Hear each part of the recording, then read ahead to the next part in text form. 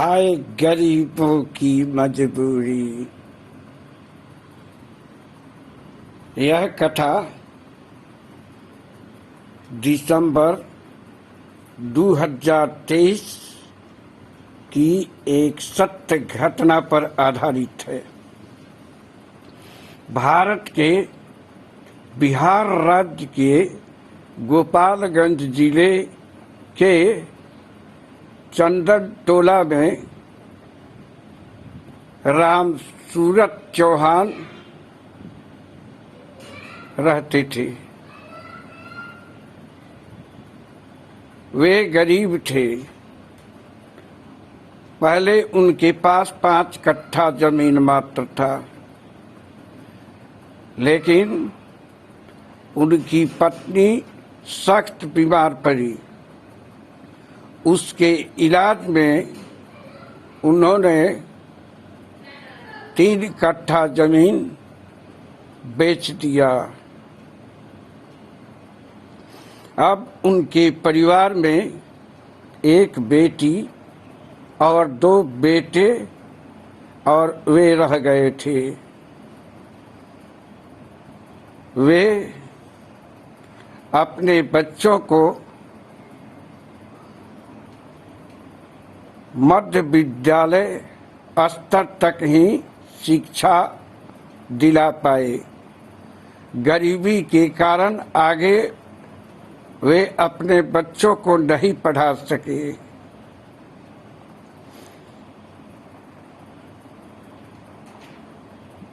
इधर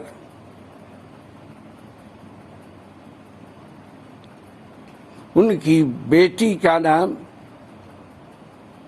सुभावती था और बड़े लड़के का नाम सचिन कुमार चौहान और छोटे बेटे का नाम दीपक कुमार चौहान था। बेटी जब सयानी हो गई, विवाह के योग हो गई, तो उसके विवाह के लिए उन्होंने जो 2 कट्ठा जमीन बचा था बेच दिया और बेटी की शादी की। शादी के बाद उनके दोनों लड़के नाबालिग होते हुए भी गरीबी के कारण और गांव में रोजगार उपलब्ध नहीं होने के कारण गुजरात के सूरत में काम करने चले गए। अभी कुछ वर्ष बीता ही था कि सुभावती लकवाग्रस्त हो गई। उसके ससुराल वालों ने इलाज कराया, लेकिन बीमारी बढ़ती ही चली गई। उन लोगों ने खर्च से पीछा छुड़ाने के लिए सुभावती को अपने पिता के पास भेज दिया। खैर, पिता तो पिता ही होता है, बेटी को छोड़ते कैसे। वे स्थानीय अस्पताल में उसकी चिकित्सा कराने लगे।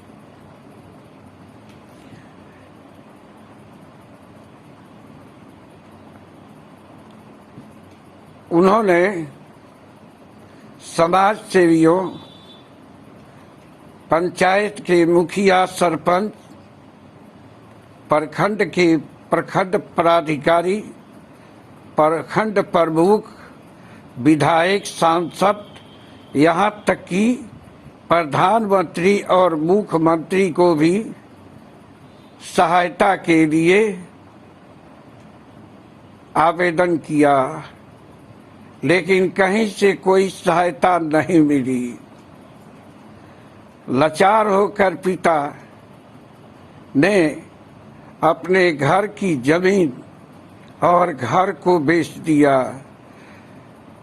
उन्होंने सोचा था कि जब बेटी ठीक हो जाएगी तो अपने ससुराल चली जाएगी और मैं अपने बेटों के साथ सूरत में चला जाऊंगा। लेकिन ठीक उल्टा ही हुआ। बेटी की बीमारी बढ़ती चली गई। उन्होंने अपने बेटों को खबर दी। बड़ा बेटा सचिन कुमार चौहान घर आ गया और यहाँ इलाज कराने लगा, लेकिन कोई लाभ नहीं पहुंचा। अंत में डॉक्टरों ने उसे दिल्ली स्थानांतरित कर दिया।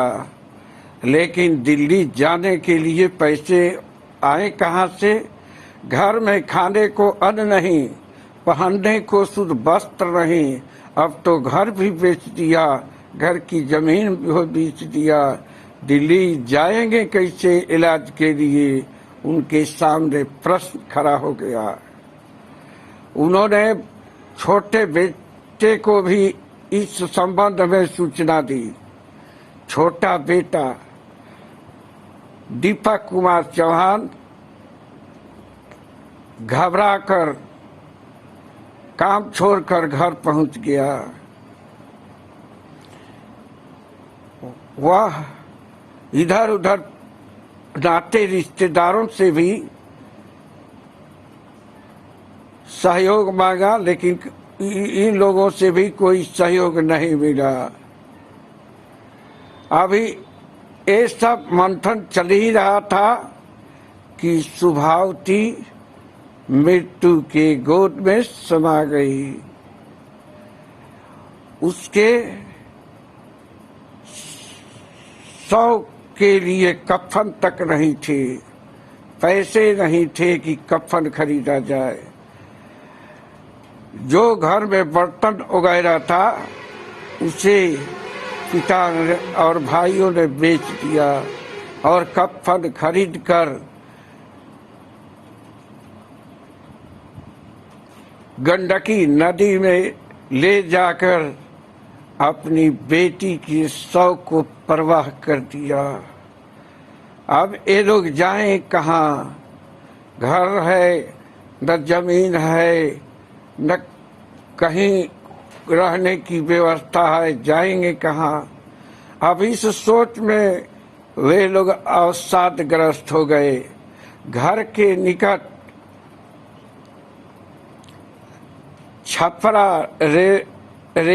छपरा थावे रेलखंड के लाइन पर आकर सो गए और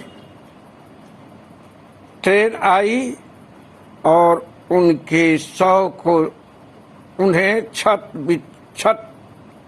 करते हुए चित्कार करते हुए चली गई। जब ट्रेन वहां पहुंची थी और बेटे और पिता के शव को रेल छत विछत करती आगे बढ़ रही थी तो धरती कांप उठी। सारा वातावरण गमगीन हो गया, आकाश झुक गया। सियार और कुत्ते भी रुआंसू होकर बोलने लगे। सवेरा हुआ, पुलिस आई। पुलिस को जो काम करना था सो किया। उसी वक्त एक संत उस रास्ते से गीत गाते हुए गुजरे। हाय गरीबों की मजबूरी, ये क्या क्या कर जाती है, गरीबों की सुनो।